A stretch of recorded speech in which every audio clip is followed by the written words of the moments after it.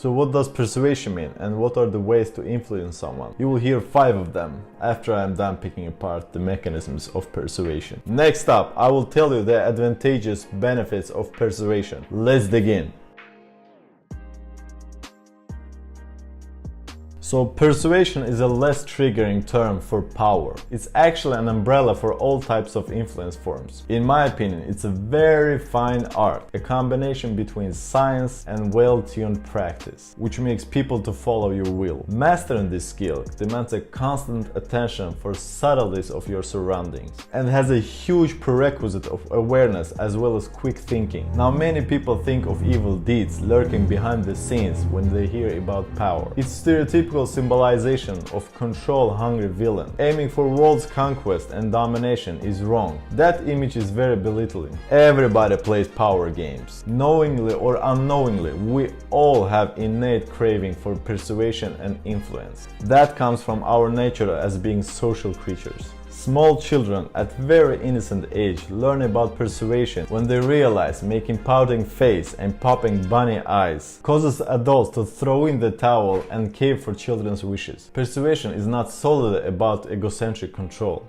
Yes, many people do practice it for selfish reasons, but it's like with anything else, you can use it or you can abuse it. You can influence people for a greater good, or you can manipulate them for your own sake. Our social nature makes persuasion very natural, but unfortunately the negative connotation of power makes it a taboo topic to discuss. We have to cooperate with other people in almost everything, and working together, whether it's for payment, entertainment, or nurturing relationships, implies agreement upon tasks that have to be done. Consensus reached only when one member of the group, in one way or another, convinces the rest to choose a certain option for resolving the assignment. When I say one way or another, you have to understand that there's no limitations to how. One can be a very timid person, lack self-esteem, and be the least charismatic person of the group, and at the same time have a deep knowledge on the certain matter. That person gains authority for his or her expertise and have easier time to convince the group regarding the matter. This example was very logical, and I have another one for you. If you are big and muscular, look mean and intimidating, you will automatically gain increased power, which will make it easier to influence others and bend them to your will. A very natural reaction from humans, especially if you're influencing someone with a low self-esteem.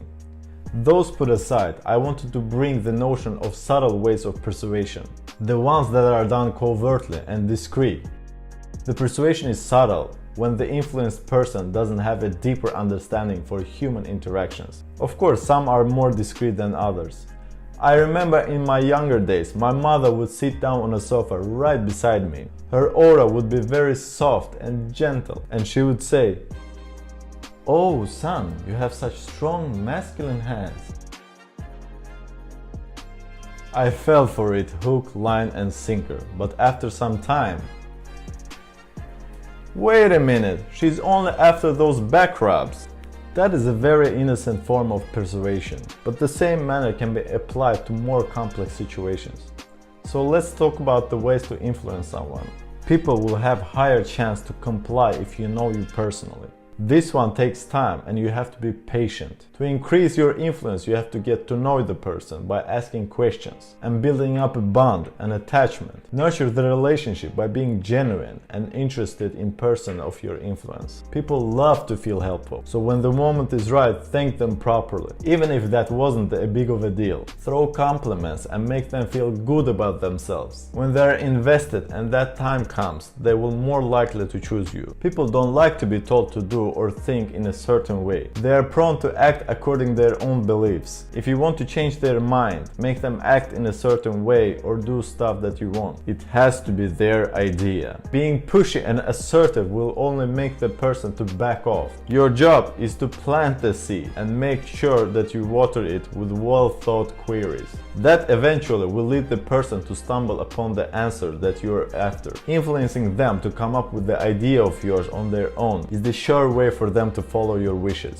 You can also innocently mention your idea in a sentence, making them to know that you are fond of it. An excellent way of persuasion is giving something first. Be the initiator to nurture the relationship by giving away the best of your stuff. People hate to feel indebted and they will try to repay by all means, like doing you a favor or acquiring whatever you are offering. In many cultures, visiting someone empty-handed is seen as a sign of disrespect. We bought something before showing up at friends' houses, like box of chocolate or groceries. It was considered as a good manner, but subconsciously, it's a covert communication of "you scratch my back, I scratch yours." Also, receiving gifts in beforehand will create a feeling of generosity and genuineness. Practice something that I call slow attitude. I talked about in the video on image, so you are welcome to check it out. Basically, talk slowly, walk slowly, act slowly. It will hypnotize people and emit aura of certainty. Don't overplay it by acting like a robot. Be concise and right to the point. Keep it simple with everything and give only a few options. People get overwhelmed and confused by many things to choose between. Keep your words by committing to something and showing a dedicated consistency. People will feel safe around you because you mean business and your actions are congruent with your words. It will give you authority, and as known, we're inclined to follow authorities. Your consistency will be your trademark and improve your reputation. Suddenly, a friend will gaze upon your phone and see that you have been consistently logging into MyFitnessPal 700 days straight. And that friend's reaction will be telling. Bonus for you: be knowledgeable about the subject that you are speaking of. Intelligence, in the form of an old, white-bearded man, has gathered our predecessors around the campfire for a reason. Hossein out.